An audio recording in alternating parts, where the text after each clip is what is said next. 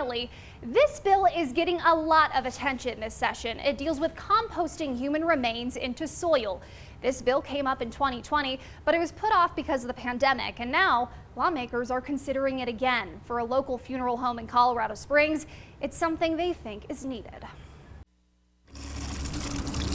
It has been a very tough year. Funeral directors like Lauren Carroll have seen the impacts of the last year firsthand. So it was just hard in general that families weren't allowed to have the services that they normally would be able to.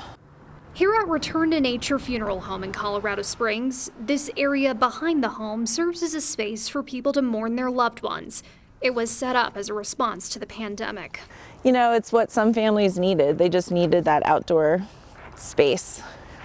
And being outdoors and environmentally aware is a big part of this business. It's a woven wicker casket, but I would say by far shroud burials are probably the most popular. But a bill in the state legislature will soon give them another option: composting human remains. But one thing that we don't think about is how our body can actually naturally become part of the earth. Currently, human composting is only legal in Washington state. It's something Carol says she's seen a demand for. Every time it's in the news, we have somebody call saying, I want to become compost. Do you guys do that?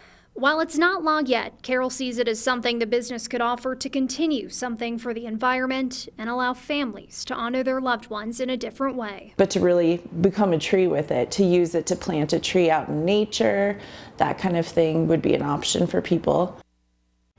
And so far, the bill has passed unanimously out of the state Senate. It's now making its way through the House, where it was approved unanimously in its first committee. We'll continue to follow this bill and let you know what happens.